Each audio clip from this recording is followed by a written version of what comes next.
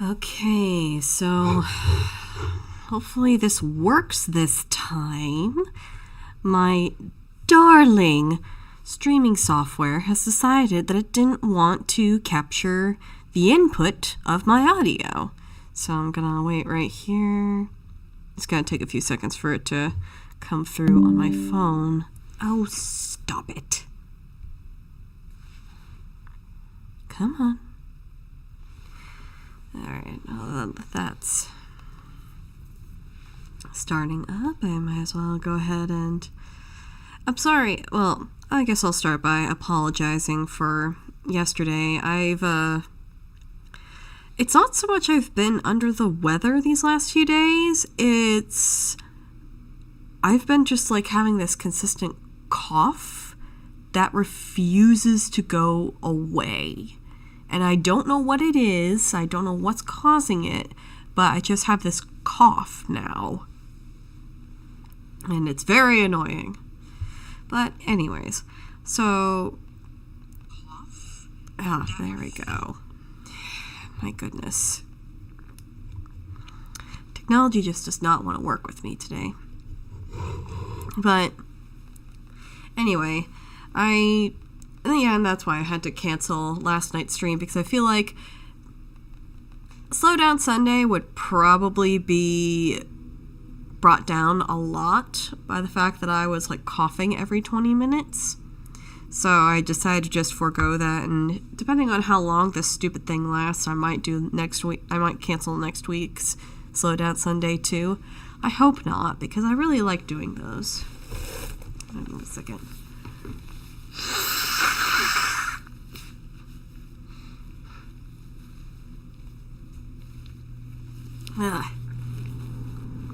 Sorry, it's like whatever I have refuses to leave me alone. So, a lot of things have been happening in the realm of comic books, or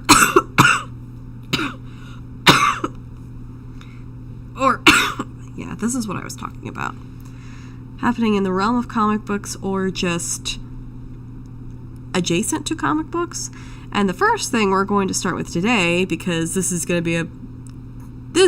going to turn dark midway through, so we're going to start with something a little more mundane, and that is that Diamond Comics, the big comic book distributor, has filed for bankruptcy.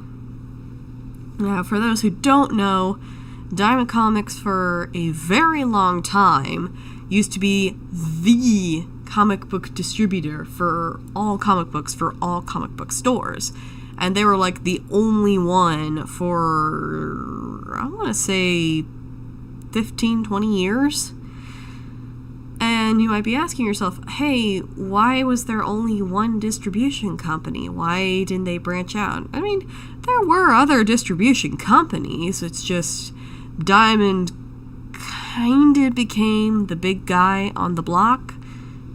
And for a while, they just been running the show right up until the pandemic hit. And then Diamond just completely curled up into a ball underneath its desk and just pissed its pants. And they have never really recovered since then. So them declaring bankruptcy does not surprise me in the slightest. But to keep me from nasally talking anymore, we're just going to go ahead and listen to Comics by Perch explain it, because there's some intricacies to the bankruptcy that he can explain for us.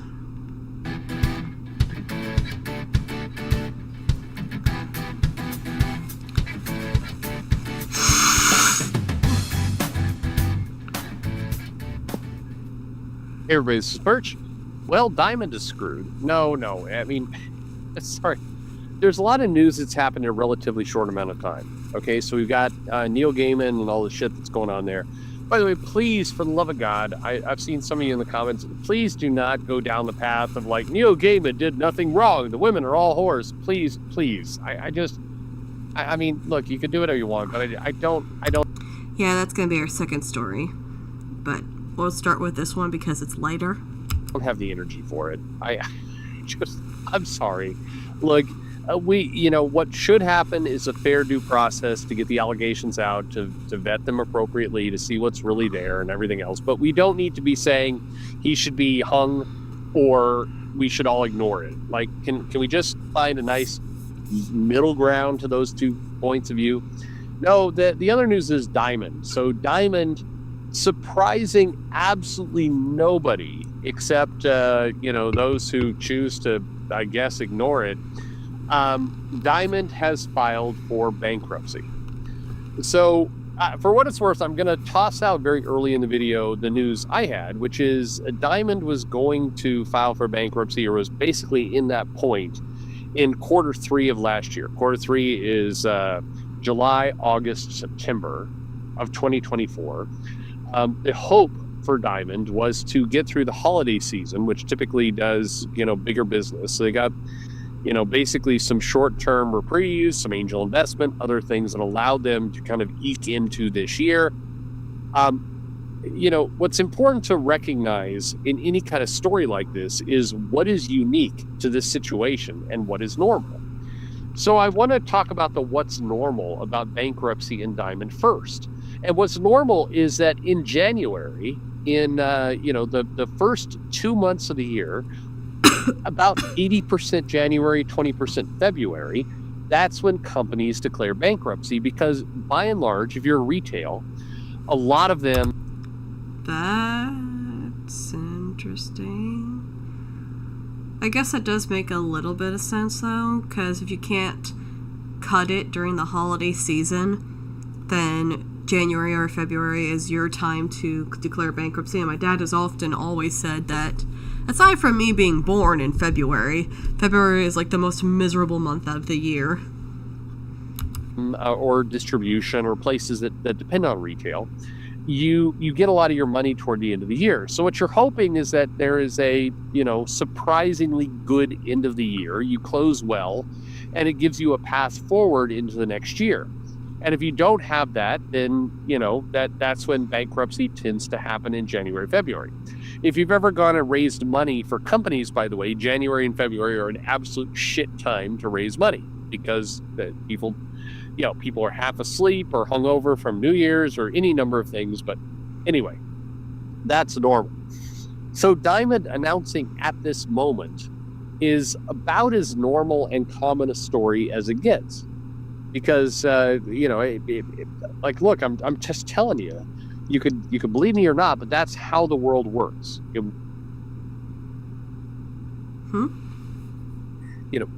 works, like I said, it works in this fashion.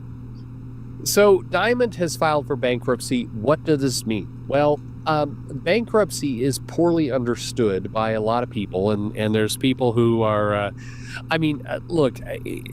Yeah, there's several different levels of bankruptcy, which I guess makes sense, because some people either are further in the hole than others. So I guess it makes sense. And if I remember correctly, Diamond has filed for Chapter 11 bankruptcy, which is not nearly as bad as the other bankruptcy chapters, but it's still not good. This happened today. I'm recording this video at whatever it is. I had a busy day of getting stuff done, both for myself and some of the people I'm helping.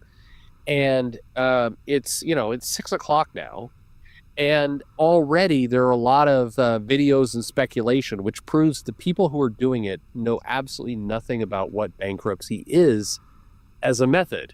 And I there's probably a good elevator pitch as to what you should talk about with bankruptcy and what bankruptcy actually means and doesn't mean. But in a nutshell, it basically means that finances are going to be restructured. There's going to be third-party help that's going to come in and help the company, chart a path, if possible, to financial, solidity. Damn, they have that many. They have that many people attached to it. Dang. And from what I understand, they owe a lot of money to different people, so this is going to be real hard for them. I said before, Diamond as a distributor. First of all, again, backing away and talking about things that are common everywhere.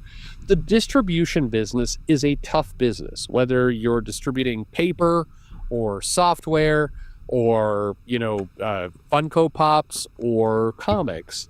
The distribution business is a typically low margin or margin thin, as they call it, business. It's a tough place to be. You have to operate with excellence. It's why, things like MTO, things like operations are very, very important in the distribution business. You want to be very efficient. You want to have, good processes. It's where, in several companies, in several industries, it's where they call you look for every nickel. And you work every nickel out of the system so you run the leanest, most efficient process possible. Well, Diamond, as it relates to comics, and, if you were in, a group of retailers in the late 90s, I remember having a lot of conversations that said when Heroes World and some of the, Capital City and some of the other comic distributors basically went away and Diamond took a monopoly over this business, that it was, is a lot of loose ends, a lot of very hard things that were going to come out of that. I remember the first time hearing that myself, how Diamond basically has a monopoly over everything. And my first thought was, wait, why the hell is there only just one person doing the distributing? Because when you rely on just one person and you don't have anybody else doing it, not only are they capable of skyrocketing the prices, but what happens when something happens to that one person? Then who's going to distribute your shit? And literally everybody has said that. Everybody who has looked at this situation has been like, wait, why the hell did you have only one distributor for all these years? Why the hell did you only do this? Because it doesn't take a genius to figure out that one bad year or one global pandemic could very easily just shut your shit down. And it was going to be very tough for Diamond to maintain this. Now, to their credit, Jeppy and that entire group did maintain it for quite a while, longer than arguably they should have, with very little modernization. I mean, Jeppy's son had some ideas. They never really came to fruition. There was always kind of this good old boys network in terms of how comics distribution was run. And look where it got them at. And so in many ways, comics as an industry took a let's freeze it in amber approach and not really change anything. And that's what's happened for the last almost 30 years since that is such a stupid way to look at business. Like, if it ain't broke, don't fix it. And then we're just going to keep doing the same thing over and over and over again until the end of time or until we get ourselves screwed over. Like, I get it. If it works, keep doing it. But at the same time, the world is changing and your business has got to change with it. So that's another big, stupid decision there. Diamond sat on this monopoly. Unfortunately, the world has changed. There's been a lot of, if you think about your life, I mean, several of you listening to this right now likely weren't born 30 years ago. But, if you... I was! You were, think about how much things have changed in terms of how people consume product, how, operations, the supply chain works, if you happen to be close to that. There's a lot of differences. And Diamond, by and large, like comics in general, has lived with if it ain't broke, don't fix it, except it is broke, so let's pretend it's not broke so we don't have to fix it kind of mentality. And that's why we are the way we are. Nowhere is this kind of more true or unfortunately more, where does this hit home more than some of the reactions that we've seen to this bankruptcy announcement. And again, a lot of it really kind of hits home that people have no idea what bankruptcy really means. So Brian Hibbs weighs in in the way that he does with this, and I'll read it to you. It says, Brian Hibbs of San Francisco Story Comic Experience reminded us there are a lot of people who are actively rooting for Diamond Comics to fail. Well, your wishes appear to be coming true as Diamond files for Chapter 11, and this is going to be a truly dire news for the direct market, at least in the short and medium term. So just before we get to the rest... Well, we're forgetting here that comic books have been in trouble for a very long time for several reasons. Like, looking at some of the trends and looking at what some of the older fogies have been telling me, it seems like the comic book industry has not recovered as well from the 90s crash as they pretended to have been. If you don't know the 90s crash, go look it up. It was a whole thing about a spectator bubble, and it drove up the speculative prices of comic books to the point where it all just bottomed out because they were supplying so much stuff with very little demand. And that's what led to the crash in the 90s, basically. That's basically what it was. It's a lot more complicated than that. I'm just oversimplifying it for now. But, yeah, I don't think comic books ever truly recovered from the 90s crash. And they've been kind of hobbling along okay throughout the 2000s. And then you get to the 2010s where they start doing that whole woke shit.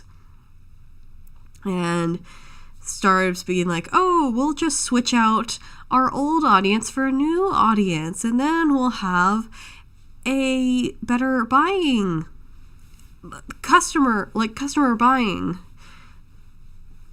base. I don't know. And then when that customer base didn't come, they're like, oh crap, what do we do now? And it's like, you just shot yourself in the foot several times over. What the hell are you doing?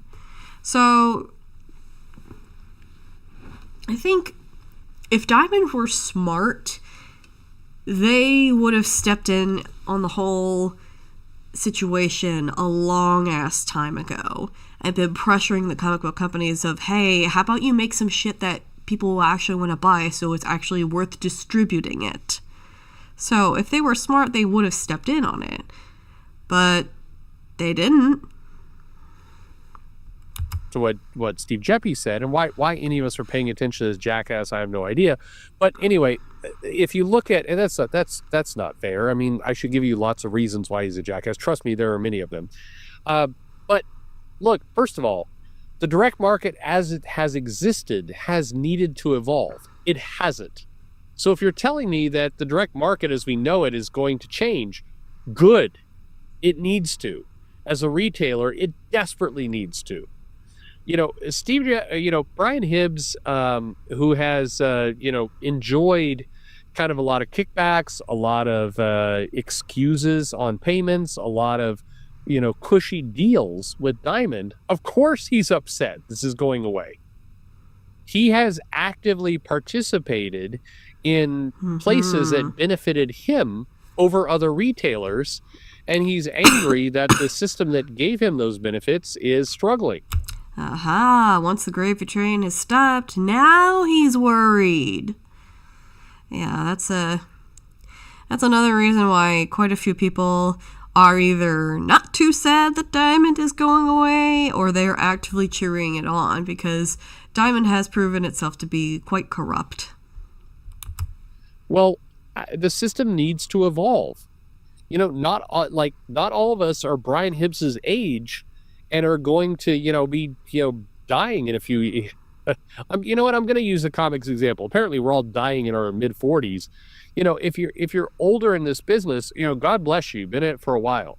As a comic retailer to another comic retailer, good for you for, doing everything you've done in this business. However, there's a lot of young people. There's a lot of people in their 20s and 30s who would also like to become retailers. And they'd all want to be beholden to the elders who did it their way and never want to change. Yeah, because it's like the comic... technology just isn't the same as it was back in the 90s. It just simply wasn't. So to keep going on and pretending it's all the same is ridiculous. And it makes it even doubly frustrating when you got younger people with new, better ideas, and they keep getting told by the old fogies, oh, no, that's not how we do it. This is how we do it now. And it just makes the younger folks go like, you know what? Fuck you. We hope you die. So good. The direct market should change. I don't think a lot of people were rooting for Diamond. By the way, if Perch does come across this video, I'm sorry if I'm not adding too much commentary. I'm trying to fill up a little bit this stream with more video because of my voice. I will talk a little later, but thank you. I'm sorry. To fail, they're rooting for Diamond to change, to evolve, to improve, to not send your comics all fucked up, to not have to have Steve on speed dial where you could basically get a loan forgiven or get favorable payment terms that the majority of retailers do not have the option of. And quite bluntly, Brian, many of us, a lot of us, the majority of us, do not have the kind of deals you had. So good for you for kissing up and getting those deals. But if we were talking about a system that was unfair, guess what? You benefited. We didn't. So, yeah, I'm not rooting for it to fail. I never rooted for Diamond to fail. I did root for Diamond to improve and not be stuck, beholden to a bunch of old farts who are only doing it so they can get their kickbacks. Anyway, we go on. It says, say goodbye to smaller publishers and so long for the right opportunities for a majority of smaller and unproven creators. Okay, for what it's worth, Penguin Random House and some of the other industries have taken a chance on smaller creators, smaller companies, smaller people. Penguin Random House just did a deal with a 2-person company. They did it in a 6-week time span, much faster than it takes to get a relationship with Diamond. Damn, that's actually pretty good. I have several friends, several people who have tried to get publishing deals with Diamond who waited a year and a half, never heard an answer. So this myth of the big corporation won't care about small people, they absolutely will. What they will not do is give small people sweetheart deals because they're willing to buy them a steak when they come visit them in San Francisco. Okay? Point blank. Cool. You go down to Union Square and you go to the nice restaurant. I know exactly where you've been. All right. What the heck is that? What? That's kind of awesome looking and also super cringe. It says, never ever forget that the blame for this falls directly upon DC Comics. And we should never forget this or ever withhold that blame. My best wishes for Steve Geppi, as well as all the staff at Diamond. And in that, I'm going to agree with you. There's a lot of friends I have at Diamond, and I do wish them well. And I hope they, first of all, Chapter 11 is not an ending. It's a restructuring. And quite frankly, a different... Which, depending on what your position is at that company, is an ending. Way to look at that Chapter 11 in a very blunt, crass, and crude way is it's a method for outside parties to fix your company when you prove incapable of doing it yourself financially. It's a place to finally help us. We're too retarded to help ourselves. Get out of the world where you're doing a million backseat deals with creditors to keep them off your back, where you try and struggle to find another week of life. A lot of people, if you enter into Chapter 11 and you do it appropriately and you do it, you try and find a good business, you have something good at the heart of your company, Chapter 11 can be a blessing because it can get people, it basically sort out your books so you can survive. There are many companies, strong companies, that have come out of Chapter 11 and done it well. But if you've done the shell game of forever trying to just bypass your bad news for another week, then it is an ending. So we'll see which path Diamond takes. In refute of the earlier statement, I hope Diamond does enter it well. And P.S., DC going, hey, we'd like to sell comics, and this thing seems like it's really in bad shape, and I'm going to stop taking a good old boys, well, we'll forgive a bunch of payments and go ahead and let you slide and give you a loan and not worry about things. I mean, like, look, Diamond owed money to stores and to publishers. A decent amount of it. A lot of money. And living in a world where everybody should just forget about the money they're owed because it benefits one store owner in San Francisco or a handful of people, because I'm guaranteed there's going to be some statement from the gents over at Mile High about how fucked up this is from their perspective too. But there's a lot of people who are owed money. So should those people just like, well, yeah, you're owned by Warner Media, so fuck it. You can afford to just, loan people money for a period of time. No, it's bullshit. Yeah, the Marxist thinking of, you can just, we can just ruin this company and then you could just take out a loan. You could just get more money. Money just grows on trees. And it's like, no, that's not how the real world works. It's not how business works. You make a deal, you live by that deal. It's one thing to have a handshake behind the scenes every now and then, but when your entire business is run on that, it's time to change. Chapter 11 does that. So blaming DC for that is fucked. And you should be ashamed of yourself for saying that.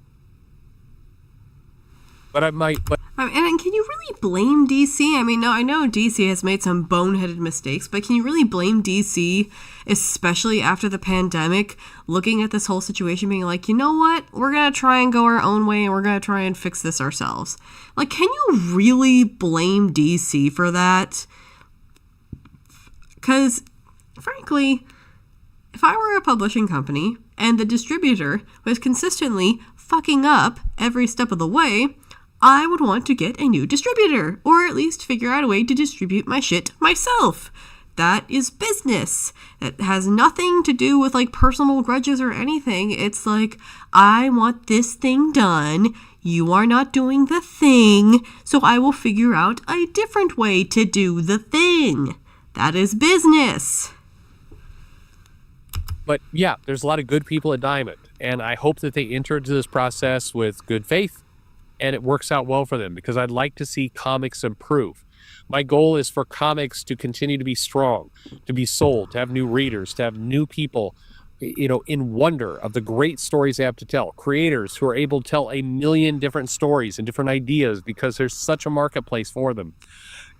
You have to wake up one day and realize that the system. I don't know. I hate. Perch and your boy Zach are still holding out hope that comics can pull their way through it. And you know what? I do still hope that there is a way. It's just the younger generations not super de-duper into comic books, from what I can tell. A lot of them just aren't into reading in general now. And when they are into reading, it's more like news, or they're reading like self-improvement books or ways to improve themselves books. I don't know. That's something I'm noticing from the younger generation. They're not as stoked about investing in entertainment anymore. And a lot of that does have to do with the fact that we've spent the last 10 years under the wokies just pulling the stupidest, weirdest crap in comic books. And they've been doing it in other areas too. But, like, I have been hearing reports that Zoomers, Gen Z, and even some of Gen Alpha, they're actually becoming more conservative as a response to all the woke shit that's been going on for the last 10 years. And as a result, they're not really willing to invest in this kind of entertainment anymore. And it is sad, but at the same time, I don't know if I can truly blame them. Because, you know what? If someone pisses in your ice cream one too many times, are you really going to trust them when they come up to you with 2 scoops of chocolate and be like, don't worry, I got this straight from the freezer. It's not my own shit. The system you're in is fucked. And it's not going to work. And it's not going to get better.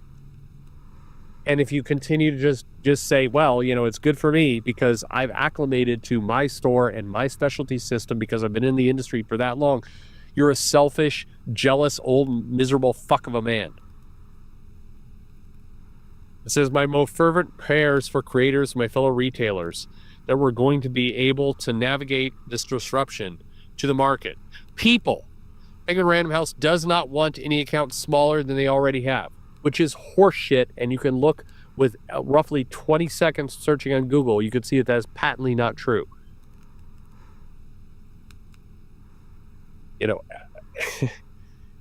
And Lunar, I'm continuing his statement. Besides, I wonder if Diamond is going to liquidate.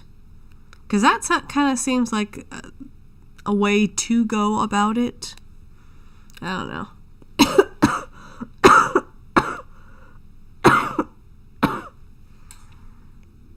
it's being the primary retail competition for all of us, is really, really bad at their jobs, and in my personal estimation, could not possibly handle adding more vendors. 2025 is going to be a nightmare. Maybe for you.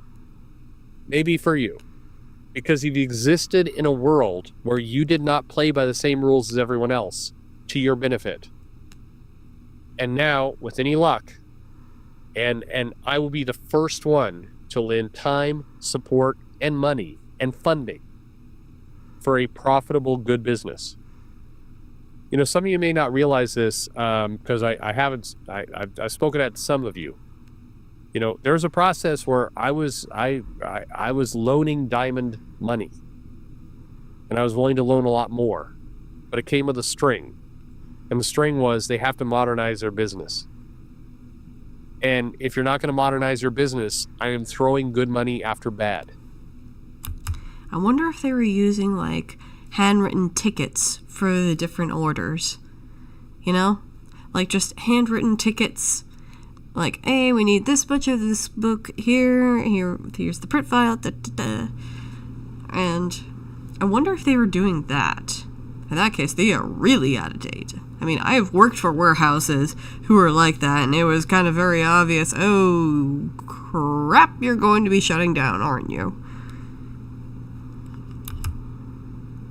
And I think a lot of different people had the same story. So if this is a wake-up call, and Chapter 11 often is, I hope that the wake-up call is that we're going to truly do what's necessary to fix this business, to modernize for the future, and to give us a good comics distributor, because we need it. But what we do not need is more of the same, more of the head in the sand, more pretending this stuff doesn't exist. This is an opportunity. This is a crossroads. Despite what you're hearing on YouTube right now, this is not an ending. It is a choice. And the choice is we can have a sustainable, good business, or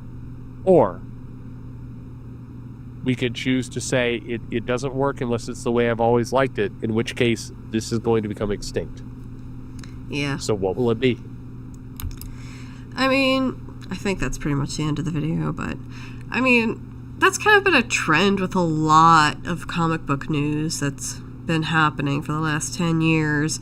It's just a lot of head in the sand, refusing to acknowledge that there's a problem, or that, maybe there is an issue in the process, maybe there is a creator who is kind of problematic and people don't like them for that, or maybe the fans are trying to be vocal of, hey, you made these changes, we don't like it, can you please either change it back or modify it so it's less shitty? And comic book reporting and all that has been like, nope, nothing's bad's happening, everything is fine, everything is good, you all are just being a bunch of Debbie Downers. And it's like, no, we're not. We're trying to give you feedback so you can understand what you're doing wrong, and so you can maybe correct course. It's it's not that hard. And again, Purge has a much more positive spin on this whole thing than I and a lot of other people do, because frankly, we're just sick of this shit. We're just sick of everybody pretending that everything's fine. We don't need to change anything. We'll just keep course. Everything's fine. And it's like, no, clearly not everything's fine. Can you please change something? But yeah, that's the whole situation with the Diamond going bankrupt. And we'll see. I'm sure we'll hear something in another few months about what's going on with Diamond, whether they are going to get their ass up and dust the dirt off their jeans. But yeah, we will see. But anyways, on a much more disturbing and depressing note, another big thing in, I guess, not just comic book news, but just literature news in general, are the allegations against Sandman creator Neil Gaiman. He is an author who started in comic books. He actually got brought in by Alan Moore, who is famous for Watchmen. And he did some stuff, got really big with Sandman. He started branching out with other books like Good Omens, American Gods, and Nancy Boys. And he was really riding the waves up there. And to give my own personal take on this whole thing, I got introduced to Gaiman stuff when I was about 14. Yeah, 14, when my stepdad gave me the 3rd volume of the Sandman series, which has some problematic stuff in itself, but we'll get to that later. But I remember thinking that his stuff was whimsical but edgy, and I as a teenager really enjoyed that. And yeah, I just never really thought much of it, but there was this very nagging feeling in the back of my head being like, okay, this guy's too good to be true. Because by that point I had already seen the cycles of beloved celebrity turns out to be a really horrible person. So I've been through that cycle a couple of times, and there was just something in the back of my head with Neil Gaiman that was like, okay, this is too good to be true. He's acting way too friendly. He's just being way too wonderful. There is no way that someone this successful is that good of a person deep down. But I just waved it away as my own paranoia at the time, because I do tend to be a paranoid person, so I didn't really investigate it more. I did hear some whisperings around 2020 about how Neil Gaiman was actually a piece of shit and that he is kind of a crappy person, along with his wife. I did hear whisperings of that. But again, I just hand-waved that away of, oh, these are just some trolls. Oh, they're just blah, blah, blah. He wasn't, looking back on it, he wasn't my favorite comic book writer. I think my favorite has to be along the lines of, like, either Garth Ennis, Warren Ellis, or Grant Morrison, and you all are probably laughing your asses off just by the mention of those 3 guys. Oh, good. 1 second.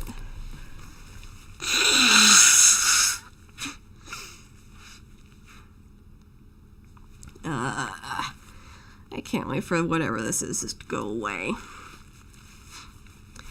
But anyways, so earlier last year, I want to say it was like June last year, that's when the first allegations dropped that Neil Gaiman was actually somewhat of a sex pest. And by the somewhat, I mean he was either coercing women into sex when they are not in the position to really say no, or, yeah, he will meet fans for sex and then he will take things way further than they wanted to. And plenty of these women that said, their stories are pretty much the same, where it's like, okay, I initially said no, but he kept pushing, and then so I eventually gave in, and then he kept pushing for more and more and more, and I would keep saying no, but he would just keep pushing. So it was such a weird situation, and it's like, okay, sure, technically these women said yes. Technically they said yes, but that doesn't make his behavior any less scummy.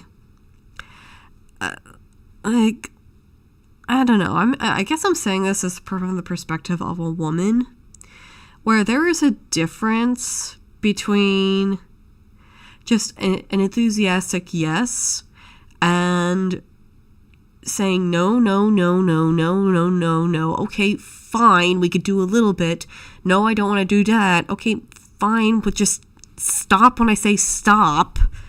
It's like, technically, yes, it is consent, but at the same time, it's really scummy. And then the big coup de grace drop happened a couple days ago, where it went to even more graphic and disturbing details about the case, and some of them are just like, I'm not going to read the accounts on here because I think that is going to get me demonetized for anything, but oh my goodness.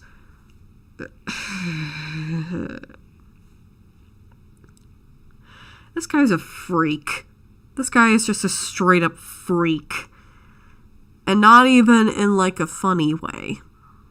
Like, in a legitimately creepy way. Especially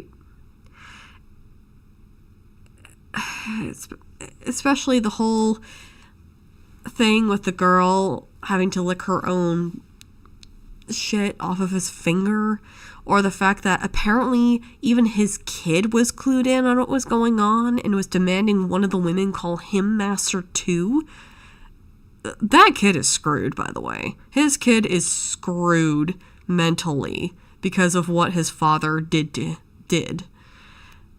And it's like, where do you even go from here? Like, this is such a gross... It's so gross. All of it is gross. And a lot of people were also bringing up the Warren Ellis situation, trying to compare the two. But the thing is, with the Warren Ellis situation, he was having, from what we understand, completely normal consensual sex with fans. Like, yeah, the fans were not happy later on when he didn't, give them those extra favors, or or have him choose them to be his bottom bitch, or whatever it was that they were looking for from him. But it's like, from all accounts, they were all consensual adults, and they all agreed to it. There was no coercion. There was no taking advantage of a situation. It was, they were all his fans, and they all just want to have sex with him, which, like, I love Warren Ellis as a writer, but really, like, he is no Casanova. But they're not even the same situation. The most you can say about Warren Ellis is he apparently lied about being in an open relationship in order to get with these women. And if he did lie about being in an open relationship, okay, he's an asshole there. But other than that, if you really want to draw that line where anybody who sleeps with their groupies should be treated like a sex criminal, round up every single rock star from the 80s.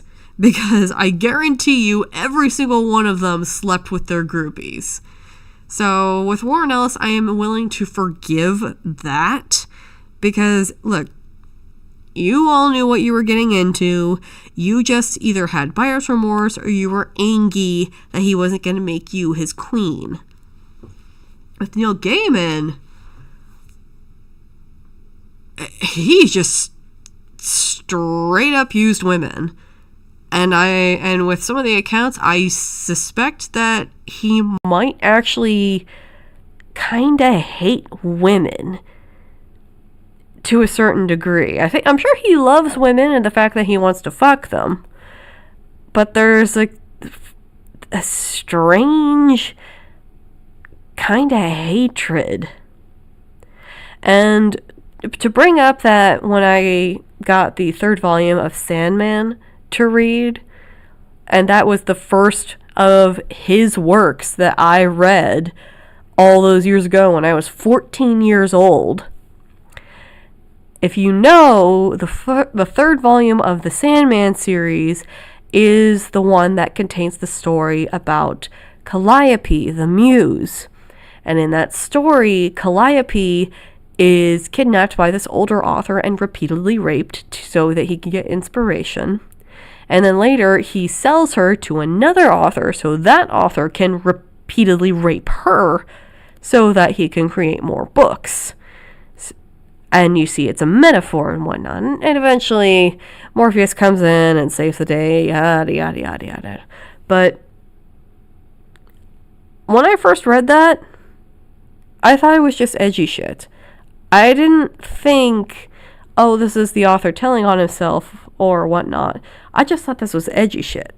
And I don't want to go down that whole rabbit hole of whatever the author includes into his works that says something about him personally. Because I know plenty of authors who write about, like, murder and shit like that. And I'm pretty sure they aren't mass murderers. So I don't want to go down that particular rabbit hole. But I will say, looking back at that story, knowing what we know now about Neil Gaiman, it's just an ew feeling, and it makes me really sad. Over the weekend, I was getting rid of some books to sell at half price, and I did get rid of a good chunk of my Neil Gaiman stuff, because, again, he wasn't my favorite author, and I didn't really have any plans to finish the Sandman series, so it wasn't too much of a loss. I only kept 2 things. One was The Last Temptation, which was his collaboration with Alice Cooper, and I kept that because I like Alice Cooper a lot more than I dislike Neil Gaiman now, so that's why I'm keeping that book. And the other one is Stardust, because no matter what, Stardust is a very nostalgic book to me. It was a book I read when I was younger, so I was not planning on getting rid of that. But it's like, I don't even think I want to read any more of him after looking at this. Like, I forgive authors for a lot. I forgive authors for having either stupid-ass opinions, or maybe they just have a snarky attitude, or maybe they just don't always deliver their work on time. Like, I forgive authors for a lot. And there have even been times where I've forgiven authors for when they've been a little bit on the creepier side. I don't know. This one feels different for me, personally. I guess it's because he tried to portray himself as like this, like, gentle-hearted soul who has this, like, dresses all in black and blah, blah, blah, blah, blah. Yeah, I don't know. I guess I should have listened to my gut instinct from the beginning, eh? Alright. I think that's all I'm going to say about that. We're done with that. But on a topic that is just as important as Diamond shutting down and the Neil Gaiman incident, we're going to talk about Gooners! Yeah, there's this thing going on in Twitter right now called gooner-gate. And, actually, give me 1 second. Oh, I think I can. This will last me for the rest of the stream.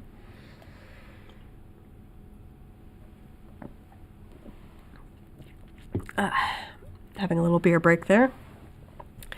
So, this all started on X when Melanie Mack said we need to get perverts out of gaming and games based on lustful intent lack substance.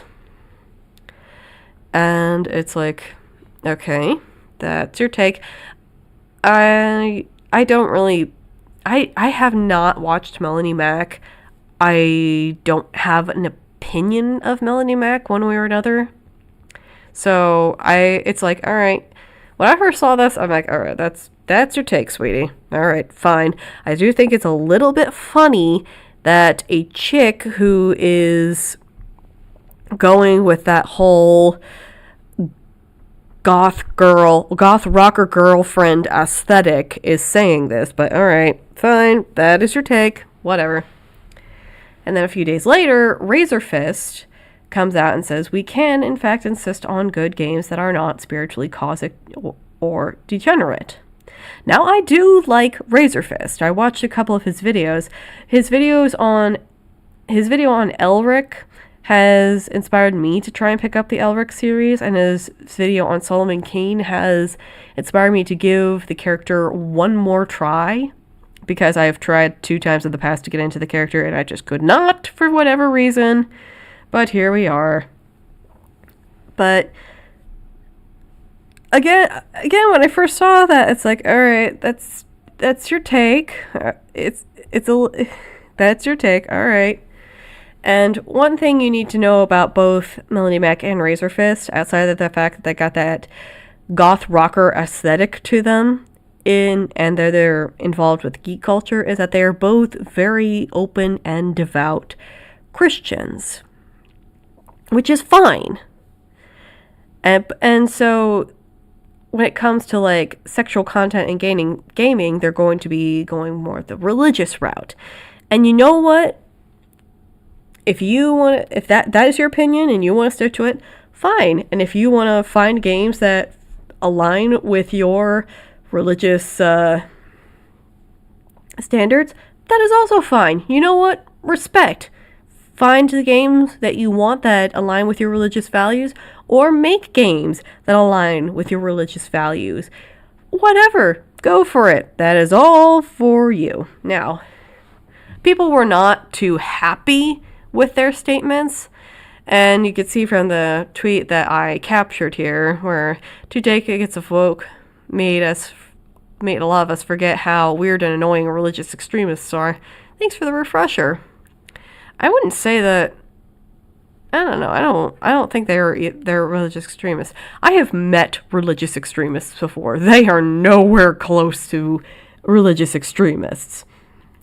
But my personal opinion on the whole Gooner-gate situation is kind of mixed, which, considering that I'm politically homeless, I guess that makes sense.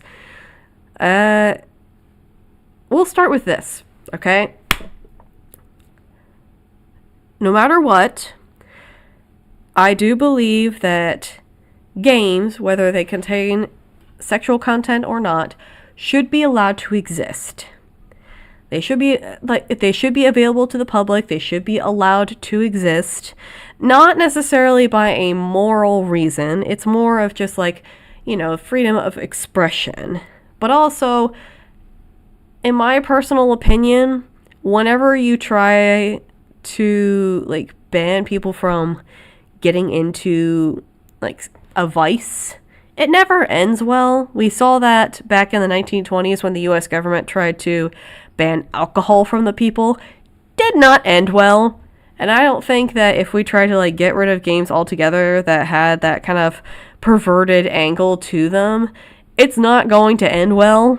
So I feel like they should exist, just because if we did try to get rid of them, it might lead to a worse situation, like in a even darker dark web situation and making illegal stuff of it situation. I know people are still doing it now, but it's like, when it's allowed, at least we can monitor it a little bit and keep a pulse on it. Now, should it be available to children? Absolutely not. And Razorfist has gone on the record saying that he is not advocating for censorship per se. He's saying we should insist on games that are not super perverted.